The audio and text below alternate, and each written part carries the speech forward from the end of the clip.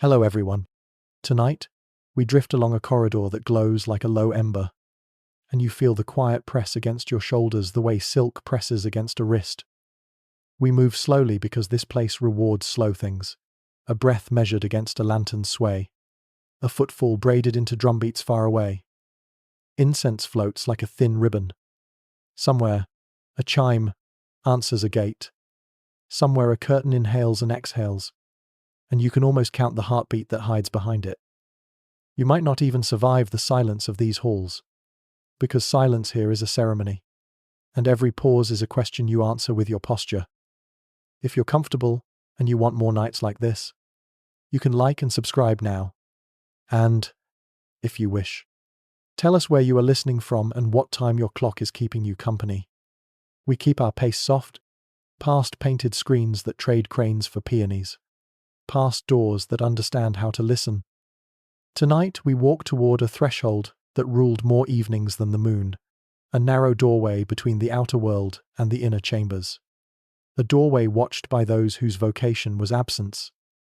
You and I have heard the common description guardians chosen for what was taken to make the inner rooms feel secure enough to sleep, to laugh, to write, to negotiate, to pray. But in the hush of these galleries you begin to sense another meaning, a subtler one, guardians not only of bodies, but of boundaries. Custodians of the line where rumor turns into law and where a glance becomes a message folded and delivered without ink. We pass a polished pillar, and you can see yourself, faint and rippling, and behind you the outline of a figure that stands without hurry. There is a certain training in stillness, the art of knowing when a latch will whisper, when a sandal will betray a thought, when a question will be asked with a sleeve rather than a tongue. We stand near that training now. Duties multiply by the hour. To light a lamp so the pattern of a robe looks gentle. To cool a bowl so a fever quiets. To move in such a way that power can flow through a corridor without tripping on pride. At times, in the language of the inner court, words bent into metaphors, and protection began to include a sheltering of the most private rhythms of the palace, a reassurance that the hush would hold. In a world where a single rumor could bruise the dynasty's breath, that reassurance felt like a guardrail at the edge of sleep. Yet, as lanterns dimple the lacquered floor, you and I also hear what travels when doors are almost closed, stories that say the boundaries were not always perfect, that vows were sometimes garments that fit loosely in the dark. A bandage can disguise many things. A certificate can persuade, and a shadow can teach the eye to believe what it needs. In the long line of nights like this, there were murmurs of masquerade of those whose loss was only promised, or whose cunning slipped through stitches the way a breeze slips through bamboo. These are not tales we shout. They are breathed, as if secrets were a kind of incense that must be warmed before release. And because every court is a theatre of appearances, you and I learn to read the stage, a glance that lingers one heartbeat too long at a curtain, a gift that arrives at the wrong hour, a perfume that should not have known that corridor. The palace learns, and forgets, and learns again. Rules grow, curl, and uncurl like calligraphy in the weather. If you listen closely, the floor itself seems to remember. It remembers the hush of midnight steps that meant safety, and the hush of midnight steps that meant something else. It remembers laughter that had to sound like water, and sobs that had to sound like wind. And it remembers the soft negotiations of power that happened without chairs, without ink, without witnesses, only the guardians of thresholds keeping the temperature right, the air smooth, the rumor listeners outside satisfied with what they thought they knew. Here, duty is a tapestry you feel with your fingers in the dark, and sometimes a thread was chosen for its shine rather than its strength. We will follow those threads, gently, and we will see how service became influence, how influence became a staircase, and how a staircase could lead upward without making a sound. Now, turn off the lights. Maybe turn on a fan for a gentle background noise. And let's begin our journey together tonight. You notice how the walls here seem to breathe. Each tile carries a faint echo of footsteps that never belonged to us. yet we hear them as if they were our own. Tonight we let our senses fall into the dim corridors of the palace, where the air itself was curated by unseen hands. You and I can feel that this society built entire seasons inside stone. The outer streets obeyed the sun and the monsoon. But in here, the rhythm was woven by rank, etiquette, and the hush of rituals that never reached the markets. It is within this world that the figure of the eunuch emerged, shaped as much by silence as by decree. In theory, their role was absence of lineage, absence of temptation, absence of a legacy that might compete with imperial blood. Yet as we drift along this dream, we begin to understand how absence became presence, how the void they carried turned into influence. Think of the palace not only as architecture but as a heart. The outer walls were muscle, strong and watchful, and inside the chambers the rhythm pulsed with politics and desire. Eunuchs were invited to live as the blood between, always circulating, never owning, always present, never claiming. And so you and I imagine them by lantern glow, carrying trays of herbal tea, announcing a minister, relaying a message, yet behind each humble act lay a paradox. Because they were considered safe, they were granted closeness. Because they were granted closeness, they became essential. And because they were essential, whispers began to weave them into the very breath of governance. The irony hums like a zither string. Those chosen for powerlessness slowly became the custodians of the throne's most private hours. We pause here in the hush of a courtyard. Nightbirds fold themselves into branches, and in the stillness we hear the subtle truth. In the culture outside these walls, families thrived on inheritance, and sons extended names like rivers. But in here, where continuity had to be sealed within the emperor's line, eunuchs were considered guardians against intrusion. They walked as reminders that the dynasty would not be diluted. Yet, the paradox persists, because the very act of preventing contamination placed them closer than any minister could ever stand. You and I feel how this closeness could bend the flow of power. A scroll delivered with one inflection rather than another. A secret reported or withheld. A sigh overheard. These small acts were as decisive as decrees, though carried out in silence. And then the stories you and I are not meant to hear begin to whisper through the incense. Tales of eunuchs who wore their roles like a veil. But underneath the veil held secrets sharper than jade. Some gossips insisted that not every transformation was as final as it seemed. There were shadows of counterfeit rituals, where documents spoke more firmly than knives.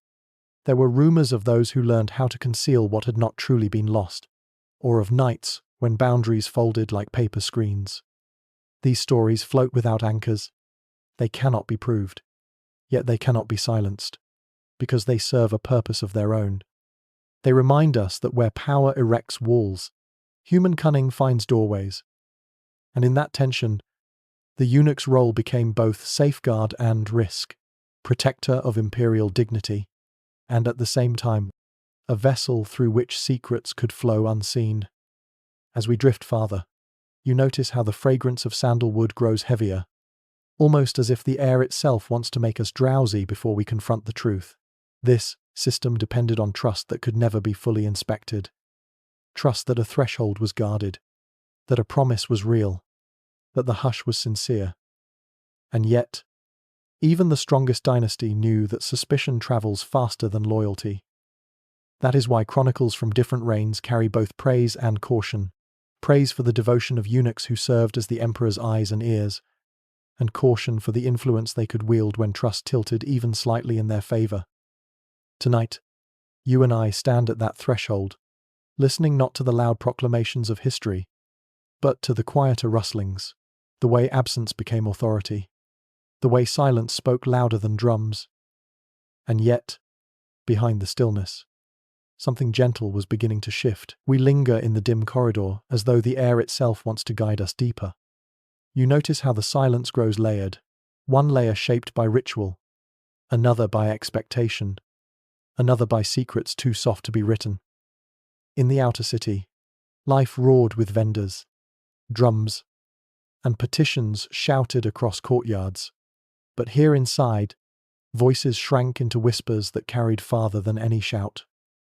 This was the setting where eunuchs truly came into being, not only as servants but as a class with its own peculiar fate.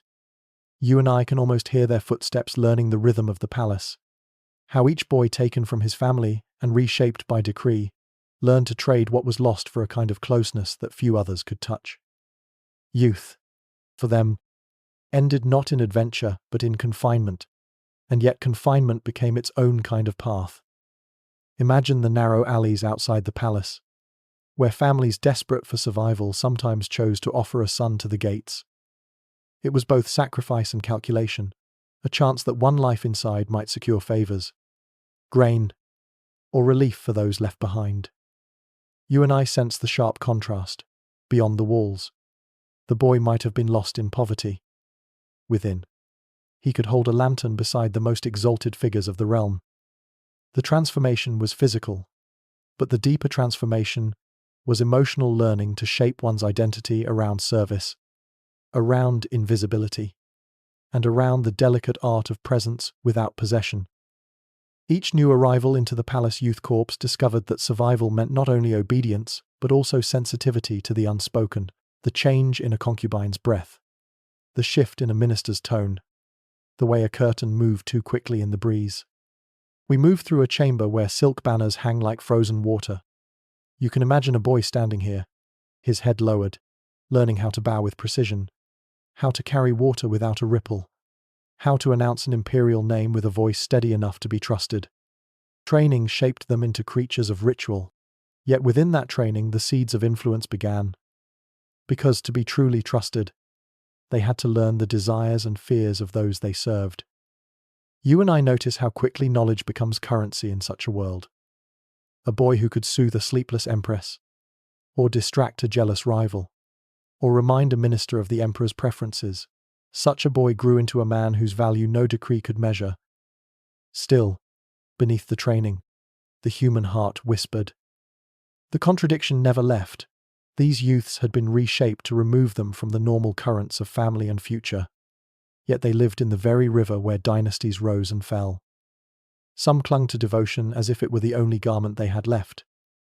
Others learned to let ambition smolder quietly, waiting for the moment when a word carried across a threshold could tilt the balance of power.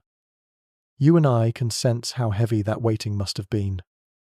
Nights filled with rustling robes, with the faint scrape of brushes writing edicts, with sighs that revealed what strategy could not. To be young and inside these walls was to learn quickly that every gesture mattered, and that sometimes the smallest service could echo across an empire. There were, of course, dangers woven into this path. The palace was a labyrinth of jealousies. A youth might be favored one month, only to be discarded the next, if another's smile suited better. The memory of false promises lingered in the air, and whispers about counterfeit rituals, the possibility that some initiations were only feigned, slipped like smoke through the dormitories. You and I cannot know which stories held truth. But the very existence of such tales tells us something deeper, that suspicion lived in every corner, that even those charged with guarding the most intimate thresholds were themselves objects of doubt. As we step away from this imagined training ground, you feel how the ground itself vibrates with anticipation. The boys have become men now, no longer novices, but guardians of corridors, confidants of chambers, shadows that carry messages between worlds. Youth has ended, but what replaced it is not simply service. It is the subtle dawn of influence. And in that dawn, the palace begins to depend on them more than it ever intended. And yet, as the incense grows heavier, you sense that closeness carries both gift and danger, and the story of the eunuchs is only just beginning to unfold. D9, you and I step further into the hush, where chambers breathe like lungs. Tonight the lanterns do not flicker by accident. They bend their glow across doors painted with phoenixes, doors that open into the quarters of the imperial harem.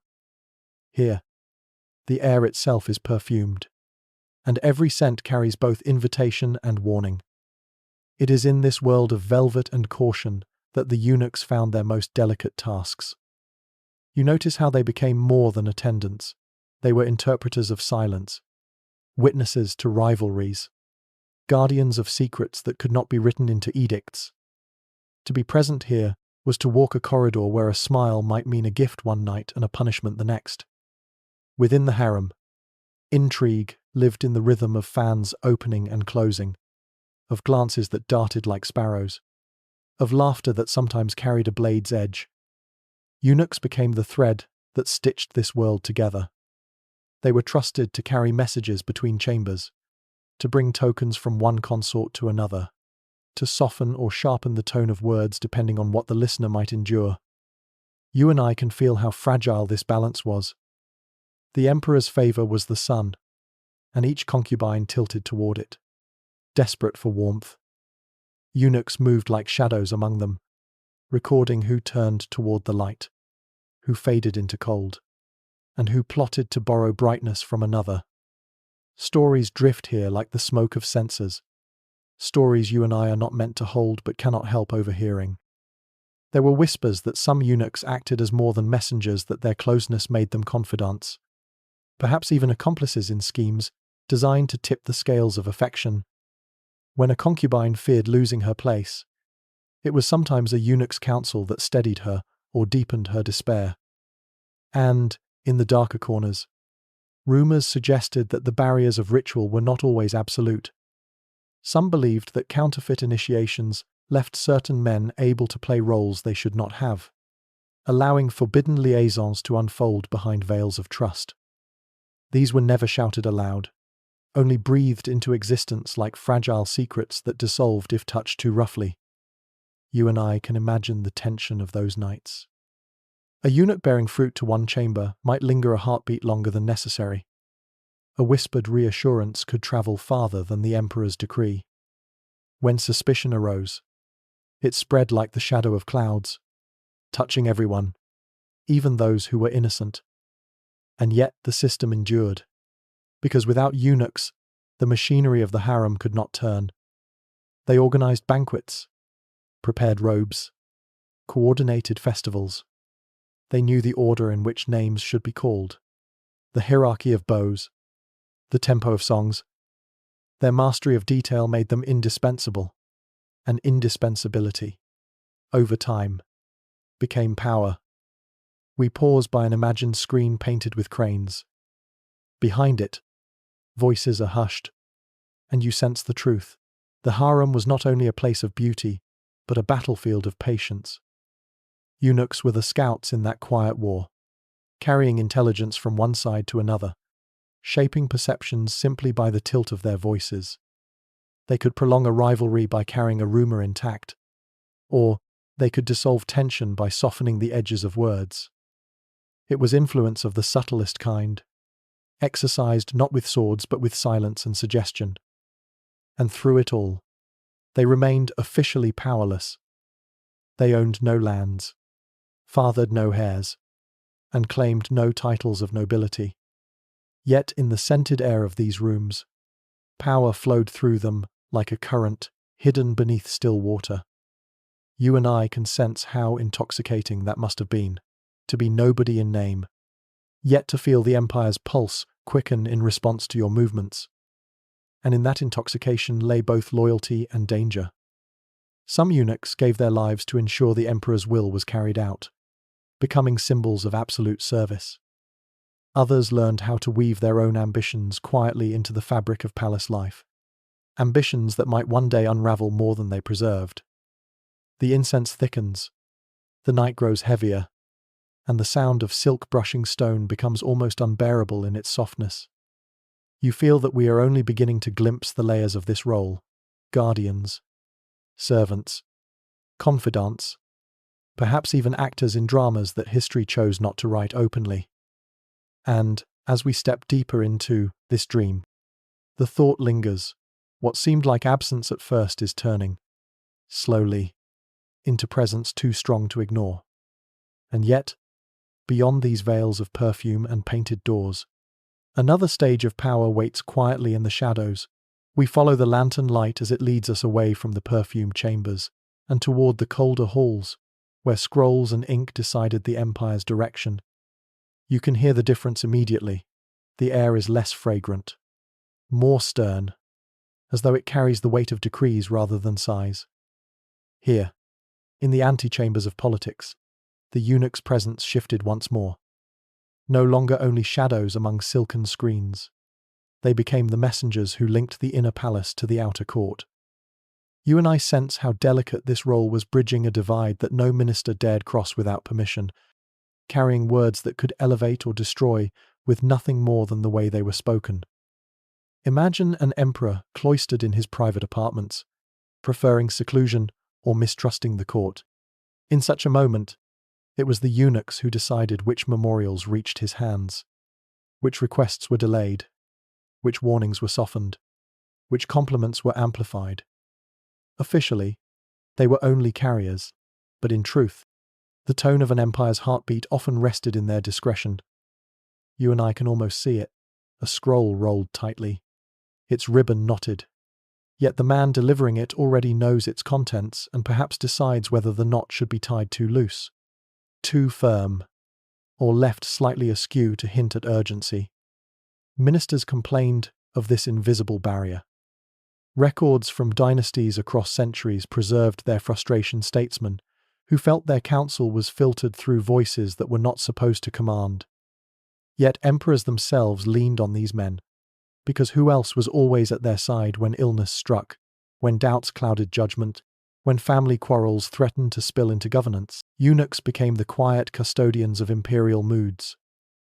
They learned when to delay an audience, when to encourage one, when to soothe irritation with soft words, when to amplify fear to ensure vigilance. You and I hear the echo of those choices. A dynasty's direction could bend because one eunuch chose to wait until morning before presenting troubling news, giving the emperor time to sleep, or perhaps chose to deliver it in the dead of night when anxieties were most raw. Behind the curtains of ritual, this discretion shaped policy more than any official edict admitted. And with time, some eunuchs grew bolder. No longer content with being the messenger, they became advisors in all but name. Rumors tell us of private councils held not in grand halls but in quiet gardens at dusk, where an emperor leaned close to hear a eunuch's opinion before the ministers even knew a decision was forming. Some whispered that forged documents were smuggled through hidden corridors, or that petitions were lost before they reached the throne. Whether every tale is true does not matter as much as the pattern they reveal, that power, once given access, will always find ways to expand. We pause here in a long gallery lined with calligraphy. The characters glow faintly in lantern light, as though reminding us that history is itself a record of who controlled the ink. And you and I understand that eunuchs, though never meant to write history, often shaped the hand that held the brush. Ministers might rage, soldiers might march, but if their words never reached the emperor's ears, their efforts dissolved into nothing. Silence, when controlled, is a weapon sharper than steel. And still, contradictions deepened. Some emperors relied on eunuchs as loyal companions, finding in them a steadiness that outlasted fickle ministers. Others condemned them as parasites who strangled the empire from within. Both views can live in the same walls, because trust and suspicion alternated like day and night. You and I feel how exhausting it must have been to live in that space, constantly near the pulse of power, yet never certain if tomorrow's dawn would bring favor or execution. Now, as incense thins into the night air, you sense that the palace has become a stage with higher stakes. The eunuchs are no longer only guardians of chambers, they are stepping onto the political chessboard itself. And once a figure enters that board, every move carries consequences that echo far beyond the inner halls. And yet, behind the stillness of these galleries, something else is beginning to rise, waiting for the moment when influence will swell into undeniable power. You and I step into a hall where the pillars climb, like red trees, their lacquer polished to a mirror sheen. The court drums outside beat slowly, but here within, the rhythm belongs to whispers. The eunuchs, once only shadows of service, are now positioned at the very heart of the throne's machinery. You can feel the shift. What began as absence has transformed into authority. The path to power, once hidden, is now lit by the glow of necessity. Think of how trust accumulates in layers. Each emperor, bound by both fear and intimacy, leaned on those closest to him. Eunuchs were always there at dawn when documents arrived, at dusk when robes were changed, at midnight when illness stirred or a nightmare interrupted sleep. Such presence weaves a kind of loyalty that ministers outside the gates could never replicate. And slowly, you and I watch as that loyalty was repaid, not with land or titles, but with influence. A suggestion slipped gently into an emperor's ear, a warning about a minister's ambition, a reminder of which concubine had shown devotion. All of these quiet notes shaped imperial choices. Some eunuchs began to hold keys not only to doors but to treasuries, to military orders, even to temples. The empire found it convenient. Who better to trust than those without families, who had no sons to enrich, no clans to elevate? Yet this very convenience bred a paradox. By eliminating lineage, the throne had created servants who owed everything to the emperor, and that total dependence made them both fiercely loyal and dangerously ambitious. You and I can sense the irony. To prevent rival bloodlines, the dynasty had empowered a class of men who could act without the usual restraints of kinship. Walk with me further, into the chamber where imperial edicts were drafted. The brushstrokes may have belonged to ministers, but often it was a eunuch who placed the paper before the emperor, who reminded him of yesterday's promise, or who chose which petition lay at the top of the stack. A dynasty's fate could hinge on such choices. And when rivals competed for influence, eunuchs became arbiters, deciding whose words carried weight. It is almost as though they learned to conduct the music of power, without ever holding the instrument directing which notes rose and which fell, ensuring the melody bent toward their own survival. But power, once tasted, rarely stays still. There are accounts of eunuchs commanding armies, leading inspection tours, even dictating succession when an emperor faltered. You and I feel the dissonance of this. Men who were meant to embody absence now held the empire's pulse in their hands. Ministers called them parasites. Emperors called them indispensable. Common people, hearing only fragments of court rumor, spoke of them with awe and suspicion. The truth is likely all of these at once. The palace itself seemed to reshape around their authority. New corridors of petition were formed, where an official knew that persuading a eunuch might be as vital as persuading the emperor. Gifts flowed in secret, promises whispered in side chambers. Alliances formed not through blood but through shared dependence. And in this quiet economy of favor, eunuchs became brokers of futures. You and I can almost feel the tension tightening, like silk stretched taut across a frame. And yet, there is still a softness to this rise. It was not a seizure of power with swords drawn in the night. It was a slow accumulation, like water filling a basin, drop by drop, until the weight itself could not be ignored. That is the essence of their path, silent, steady, unannounced, and suddenly undeniable. Now, as the lanterns dim lower and the ink dries on countless petitions, you sense that the eunuchs stand not just beside the throne but upon it, their shadows mingling with the emperor's own. And still, a question lingers in the air. How long can power built on silence remain unchallenged before the silence itself begins to fracture? And yet, beneath the calm glow of these chambers, the story is swelling toward its height, when the eunuch's influence will be brighter and more perilous than ever before. The lanterns cast longer shadows now, and you and I can feel how those shadows no longer merely follow the throne, they mingle with it, sometimes even overtaking its outline. This is the height of eunuch power, when the keepers of silence stood at the very center of the empire's decisions. The throne room itself seemed to bend around them. Ministers waited in outer halls, but eunuchs moved freely between bedchambers and council chambers, between the emperor's most private moments and the empire's most public decrees. Imagine the court at dawn. Officials gather in their ranks, scrolls clutched tightly, words sharpened in their minds like blades. Yet before a single memorial reached the dragon throne, eunuchs had already touched it, deciding if it was presented, in what order, and with what tone. You and I can see how a name might rise or fall depending not on merit alone, but on the inflection carried by one of these gatekeepers. And because power in the palace is like incense, never visible, but inescapable, this influence became absolute. At their height, eunuchs commanded not only words but armies.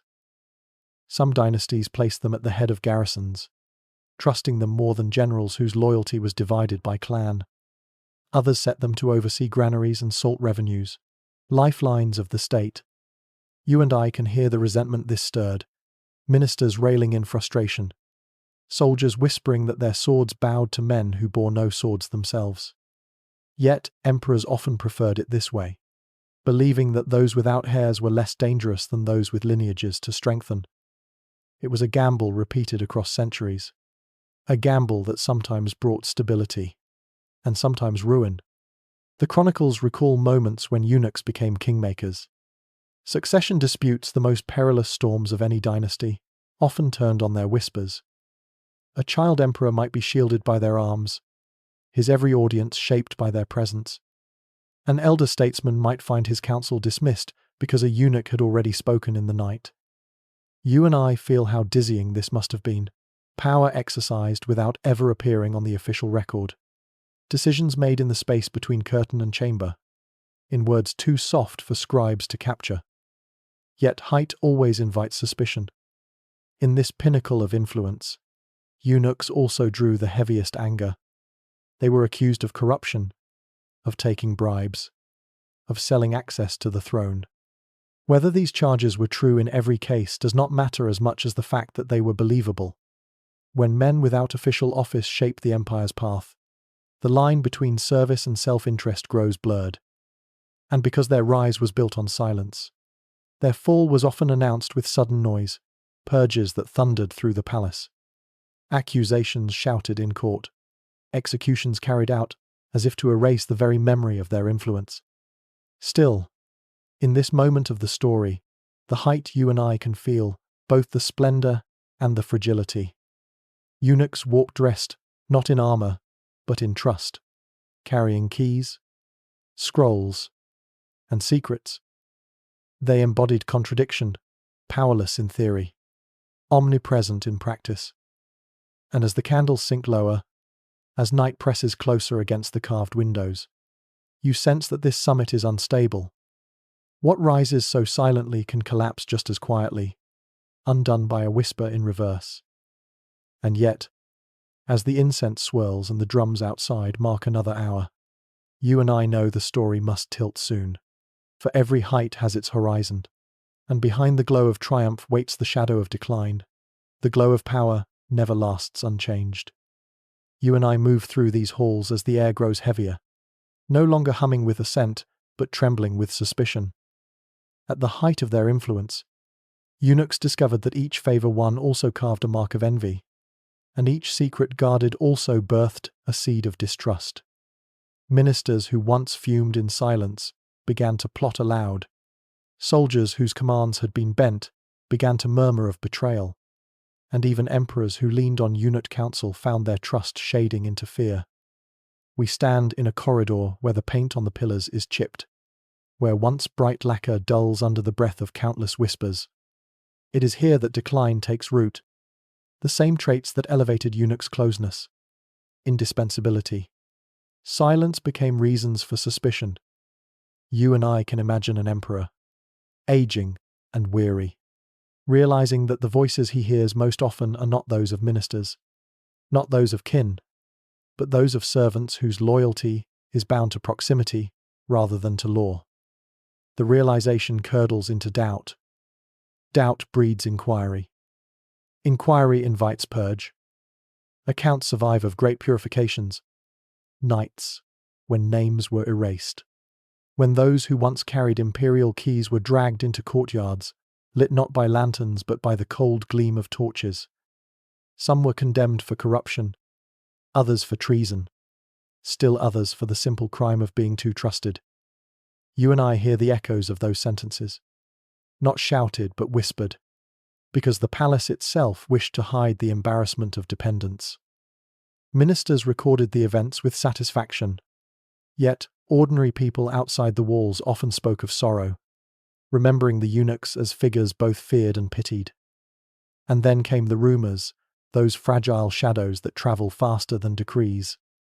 Tales spread of eunuchs who had never been truly altered, of hidden lives that mocked the trust placed in them, of conspiracies woven so quietly that even the emperor himself walked inside their web. Whether truth or invention, such stories confirmed the suspicion that had already taken hold. When decline begins, every whisper finds eager ears. You and I move further, and the palace feels emptier. Where once the corridors thrummed with the constant motion of attendants, now they echo with absence. The silence is no longer protective but brittle, as though a single word could shatter it. Eunuchs who survived purges walked carefully, their heads lowered, their voices quieter than ever, knowing that survival depended on invisibility. Yet invisibility, once their strength, now marked them for irrelevance. New emperors vowed never to rely so deeply again. Ministers reclaimed the channels of power. Reforms stripped eunuchs of command over armies and treasuries. What had been presence returned to absence. Still, decline was never simple. Erasure, even weakened. Eunuchs remained woven into palace life. They still guarded doors, still carried tea, still soothed fears in the night. But their aura of inevitability had faded. You and I can feel the change. Once they seemed like shadows cast by the throne itself. Now they seemed like shadows cast by memory. Their influence had burned too brightly and left behind a trace of smoke that no one wished to breathe again. And yet, as you and I linger in this dimming corridor, another truth surfaces. Decline was not only punishment, it was also reflection. Dynasties that rose after such purges often tried to recalibrate, to find a balance between trust and control, between intimacy and distance. The eunuch's fall served as warning: too much closeness can dissolve into danger. Too much absence can leave the throne unguarded. In this way, their decline was not the end of their story but a new role, that of cautionary figures, remembered so that future rulers might measure trust more carefully. The night grows colder now, the fragrance of incense thinning until only the memory remains. And yet, within that memory, you and I sense the next stage unfolding. For even as their power waned, the eunuchs left an imprint, a legacy that continued to shape how dynasties imagined the boundaries of trust, intimacy, and silence. And still, beyond this decline, lies the question of how such figures could remain symbols long after their influence had faded. You and I move now through a quieter wing of the palace, where the night air carries more memory than motion. Here, the decline of eunuch authority has already settled, yet the echo of their presence refuses to fade. Legacy is what remains when voices are silenced. And as we drift along these corridors, we discover that the eunuch's legacy was as layered as the lacquer on the pillars shining, cracked, and impossible to peel away. Think of how dynasties remembered them. In official histories, eunuchs were often described with caution, even condemnation. Chroniclers, themselves, ministers, or scholars, painted them as warnings, servants who overstepped, guardians who became rulers, shadows that swallowed light. You and I can read between the brushstrokes, sensing both truth and exaggeration. It was convenient for scholars to blame decline on eunuchs. It preserved the dignity of emperors and ministers to imagine that outsiders corrupted what might otherwise have thrived. Yet beneath these judgments lies another reality. Emperors trusted eunuchs precisely because others failed them, and the empire often moved forward not despite eunuchs, but because of them. Their legacy also lingers in the architecture of ritual. Even when stripped of power, eunuchs remained the keepers of etiquette. They knew how to pace a procession, how to open a scroll at the proper moment, how to calm a chamber so the emperor could sleep. You and I can feel how much of palace life depended on these rhythms. Without eunuchs, ceremonies stumbled, audiences faltered, intimacy dissolved into chaos. Their presence was proof that the machinery of empire needed more than commands. It needed hands skilled in the choreography of silence. And then there are the stories that never made it into official scrolls. Folk tales whispered that some eunuchs, despite their losses, discovered ways to bend fate back toward life.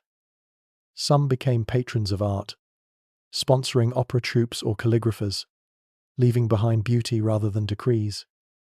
Others became philanthropists, using their wealth to build temples or bridges, ensuring their names would outlive the suspicion of their roles. You and I hear in these tales a softer legacy, not one of power, but of humanity, of men who carved meaning from the fragments they were given. Their legacy also lives in caution. Every dynasty that followed remembered both the height of eunuch power and the purges that followed. Policies were written to limit their influence, to restrict their numbers, to guard against repetition. Yet the very act of writing these laws shows how deeply eunuchs had shaped the empire. Rules are never made for shadows that do not matter. You and I see clearly that their legacy was paradox. They were condemned, and yet they were indispensable. Erased, and yet remembered. Powerless, and yet feared. As we pause near a window that opens onto a moonlit courtyard, the truth becomes clear. The eunuchs' greatest legacy was not their rise or their fall, but the questions they left behind. How much trust can be placed in silence? How close can power allow service to stand before service becomes power itself? And what does it mean to define a person not by what they possess, but by what has been taken away? These questions outlived dynasties, echoing into every generation that imagined the palace as both sanctuary and prison. You and I let the night settle around us. The incense has burned low, the drums have slowed, and the corridors are almost still. Yet the story does not end in stillness. It ends in reflection. Because legacy is not only memory, it is also mirror. And when we look into that mirror, we see ourselves, how we guard our own secrets, how we trade absence for presence, how we let silence speak when words might wound. And yet, even now, as the night deepens, another truth lingers softly. The eunuchs remind us that power is never simple, that trust is never pure, and that silence is never empty. The night draws us back to where we began. Lanterns glow like tired stars along the palace avenues, and you and I drift once more beneath their light. The drums that once beat with certainty now sound softer, as though their rhythm has grown cautious with memory. Incense rises in thin spirals, not thick with intrigue now, but gentle, carrying the fragrance of endings. We return to the threshold where silence was born, where eunuchs stood as guardians, confidants, and sometimes rulers in everything but name. As we walk, you notice how the corridors have changed in your mind. At first they seemed like stone, solid and unyielding, but now they seem like parchment marked, stained, and ready to crumble. This is the way history treats its players. Eunuchs were once everywhere, at the emperor's side, at the gates of the harem, in the heart of the court, even on the battlefield. Now they live mostly in words, carried forward by chronicles that condemned them, stories that pitied them, and legends that could never quite erase them. You and I walk among those words as though they were shadows still warm from the lanterns. In their absence we find paradox. They were meant to ensure purity, yet their presence brought suspicion. They were meant to be powerless, yet they held armies. They were meant to serve silently, yet their whispers reshaped dynasties. This paradox is not only their legacy, it is also a lesson about power itself. You and I feel it deeply. Authority is never just about who holds the title, but about who stands closest when decisions are made, who carries secrets from chamber to chamber, who knows the rhythms of silence better than anyone else. The drums beat again, slower now, and in their pulse you hear reflection. For centuries, emperors trusted eunuchs because they believed men without hairs could not betray. Ministers condemned them because their influence could not be measured. And the people, hearing only fragments, imagined them as both villains and martyrs. The truth, as always, is quieter. It rests in the small acts, the water poured at the right temperature, the document delivered at the right moment, the sigh reported or concealed. These small acts, repeated across thousands of nights, shaped the empire more than battles fought on distant plains. You and I stand still, letting this realization settle. History is not always loud. Sometimes it is hushed, hidden in the corners of palaces, entrusted to those who lived in absence. The eunuchs remind us that silence is not emptiness. It is a vessel, and what it carries can alter empires. They remind us, too, of fragility, that power built on proximity can dissolve with distance, that trust without foundation can twist into fear, that presence defined by absence will always invite contradiction. The lanterns flicker lower, and the incense thins to a final wisp. Night folds its arms around us, and the palace seems to exhale. This is where we leave the story, not with judgment, but with reflection. You and I have walked the length of these corridors together, from youth offered at the gates, to intimacy in the harem, to influence in politics, to heights of authority, to decline and legacy. Each step has shown us that history is not only about the rulers whose names are carved in stone, but also about those who moved like shadows, shaping the air without ever owning the throne. And now, I leave you with a question to carry into your own night. When you think of power, do you imagine fear, or perhaps silence? If you'd like to continue these journeys together, you know what to do. But for now, may sleep carry you gently through the night.